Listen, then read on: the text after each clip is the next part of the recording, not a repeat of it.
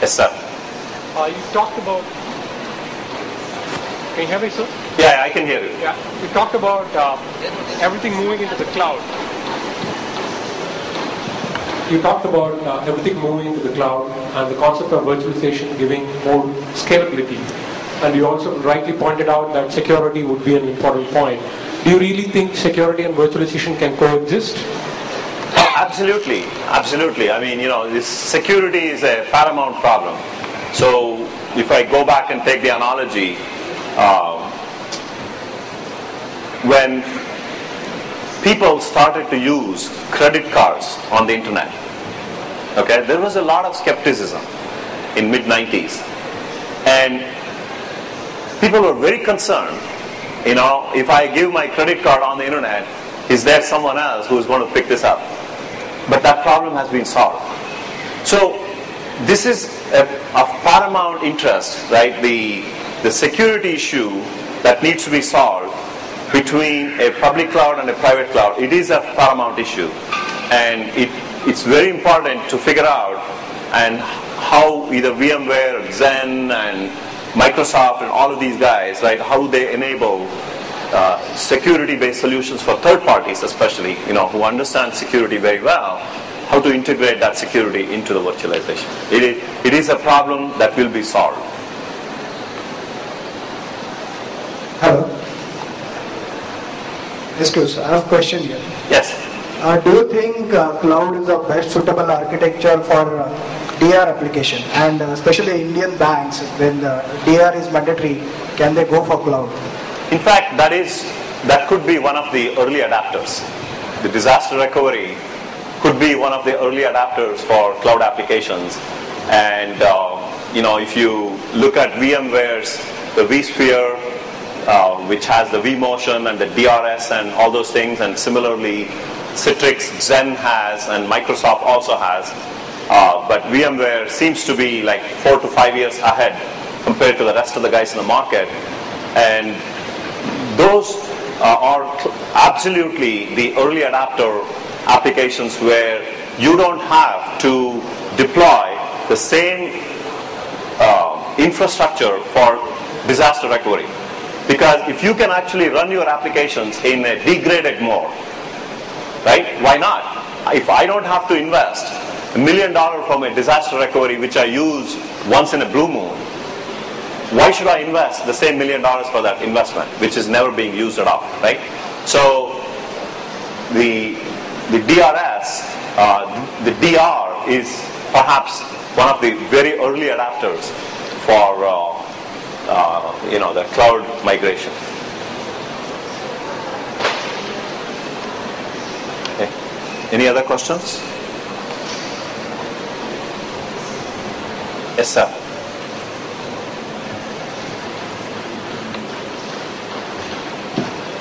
Hi, good morning, Jagadeesh. My name is Adarsh. I've got a few queries out here. But first of the query is that, you did mention that a remote memory is getting closer in actually one of your slides, right? What do you mean by that? Okay. So when you have built two cards, two physical servers, and it's connected through some kind of a bus, could be an InfiniBand bus or a 10 gigabit bus, there is this concept that is evolving called the node controller concept. So if you look at an IBM 3950 as an example, or an HP DL785 servers, DL785 has got 8 sockets on the motherboard, but it's not on the same motherboard.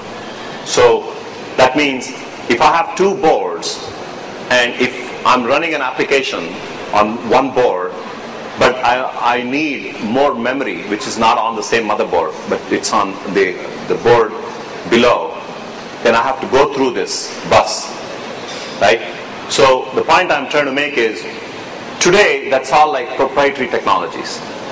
And as the technology is evolving, you don't have to go. See, the moment it is proprietary, then you are constrained by a single vendor, and the cost actually goes up. So with the technologies that are evolving, where you connect these standard node controllers into a backplane, which could be a 20 gig InfiniBand or a 10G Ethernet, then the memory access you make to the board underneath will not be as slow. So which means you may be able to actually run extended memory. So that means a shared memory kind of applications. So applications that require large memory for a short duration of time, you can take advantage of this new technology. So what I was showing was the trend of how the switching latency is decreasing. Right? Switch latency used to be in microseconds. And with InfiniBand, today you can buy a QDR switch which gives you latency of less than 100 nanoseconds. So what that means is a DRAM memory access is about 80 nanoseconds. If I can get a switch latency around the same, okay? So the round trip, think of it, round trip would be when I make an access, when I'm running an application here, I make an access to a memory here, I have to go back and forth, right? So the round trip would be about 200, 250 nanoseconds, which is not a whole lot of overhead. And you can run a lot of applications that can, have plenty of memory. And you can use that for a short while, like what I talked about, that picture that I showed where you can inject additional memory and additional CPU. So you can build a large shared memory and then run these applications that are starved of memory today. Yeah, I've got just one more question out here, actually, Jagadeesh. The thing is that if you're creating a base for cloud computing, what is that? If you're creating a base for cloud computing, I mean the baseline, the whole, the storage, the application hardware, is it too risky or maybe not very cost effective if you go with the standard application service provider like Microsoft or Citrix instead of going with the open source platform? So what's your take on that?